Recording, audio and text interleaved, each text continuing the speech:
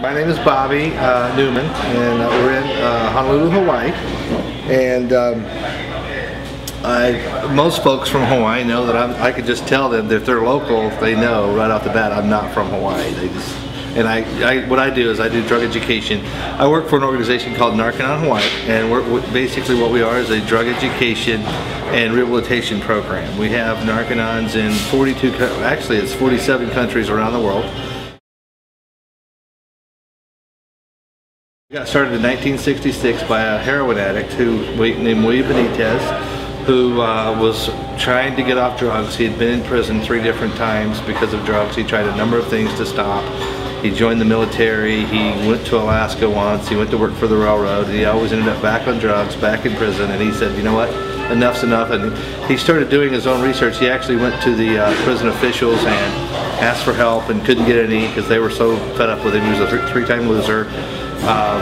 And so he read a book called Fundamentals of Thought, written by L. Ron Hubbard. And he realized that by reading that book, if you focus on your abilities versus your disabilities, you increase your abilities and you improve your abilities, your disabilities get smaller.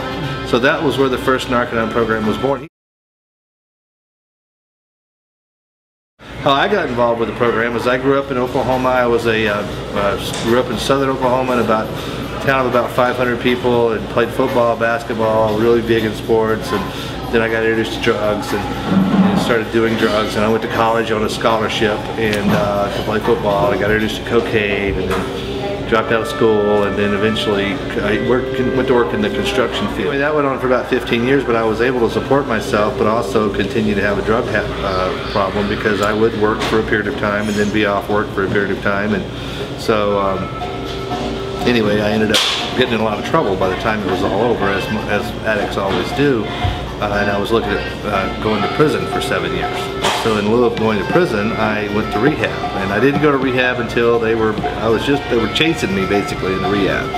And so I went into rehab, that was 10 years ago, and I went through the program and I got off drugs, and it was like, you know, so liberating to actually finally unhinge yourself from that problem that you know you never have to go back to. And so the things that I learned while I was on the program about the physical effects of drugs, about what drugs do, how a person becomes addicted, all those type of things, and how you get just kind of mired down into it, and you get so far down at the bottom you don't even know where the top is.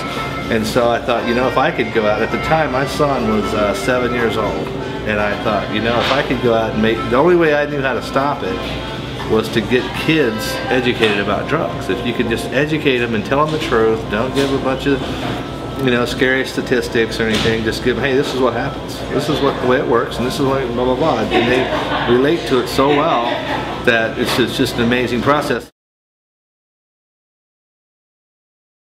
We have these parent education kits that we came up with, that we have produced and developed about 15,000 of these things and gotten them all over the islands, and they got health professionals, teachers, they got 4 different presentations on them. And so what we do is we go out and we give these, a lot of schools use these in their classes. They also, it's for parents to become better educated about drugs so they can talk to their kids. And they, you know, and it also has addicts on there that tells them, what do you do? I mean, what they did. What did they do when they were using? How did they fool their parents? Or how would they tell their parents? Or how did they act? You know, and so, wow. So that's what, anyway, we've given out over 11,000 of these. Almost everybody out there wants to figure out, once they get to a certain point in their life and they really handle it, they realize all the damage that they've done, and they want to try to correct it. They want to go out and do something. Almost 95% of the people out there want to help you. And you wouldn't believe it. You could go out here and ask one of these guys out here on the street that you know is using drugs and ask him for some help doing, you know, you might have to make sure your wallet's in your front pocket, but you ask him, you know, most people want to help. And so when you give them an avenue to do that, and they can feel, you know, they'll take it. And what happened for me was I was sitting in rehab, and they had a guy come in. He's an international, he's been with Narc-Anon since 1976, I think, and he's spoken to close to 1 million kids. He came up and did a presentation at the center, in Oklahoma, and he is asking for warriors, and I said, I need some people out here doing drug education, and I'm like, I'm going to do that. I don't know how to speak in front of people. I don't know anything about it, but that's what I'm going to do. And that was in well, it's been 9 years ago. One of the most phenomenal things that ever happened to me in my life was when my son was having trouble. His grandfather on his mother's side was, he takes full responsibility for everybody in his family, and but he didn't know what to do with my son Griffin. He was, his mother, his grandmother, he didn't know. He calls me up one day, he says, I don't know what to do with this kid. And we're not that close for obvious reasons. I mean, he's a good guy, I have respect for him, but we're just not that close. I mean, I go over to his house and he'll invite me in, but he's always nice, but we don't hang out. And but he says, I don't know what to do with this boy. And I said, well, I've got some ideas. I know what we can do. He says, Bobby, whatever you think, I'll do it. And I just about fell out, because now I got this guy who's done well. He's, his family's doing well, and he's calling me going, okay, now what do we do? Well, to not only help myself, but I also got and help, I've done interventions, I've helped people get into rehab, I've, done a lot of things that it's a lot of fun. And I would do it if I could pay my rent and my food and anything like that. I would do it for nothing. I really would, because you can't imagine how much feeling of accomplishment, or I don't even know what the word is, because when you can go and help somebody. I mean, I had a kid come out here from Hawaii to do our program from Maine, and he was addicted to Oxycontin.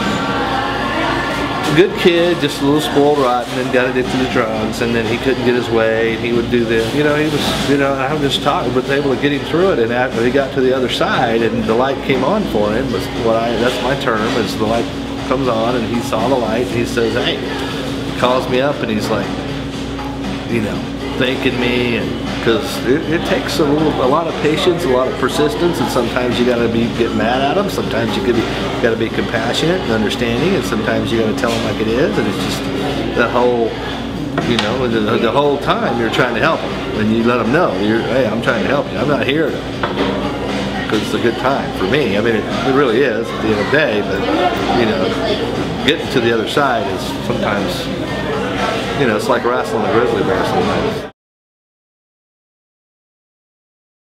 Always there's hope. There's something can be done about it, and and you can do something. And one thing that I always tell people is like, well, what do you expect me to do? I don't have a drug problem.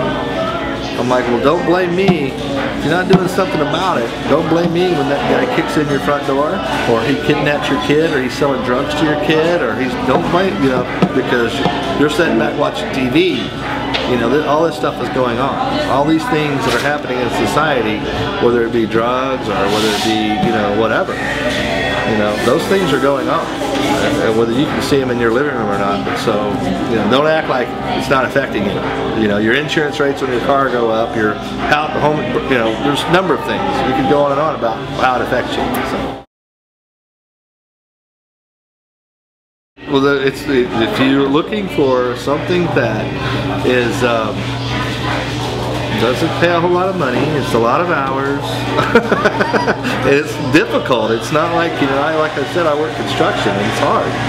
So if you're looking for it to be a cakewalk, it ain't the right job, But if you want something that's hard but very rewarding, and I firmly believe if I can do it, anybody can do it.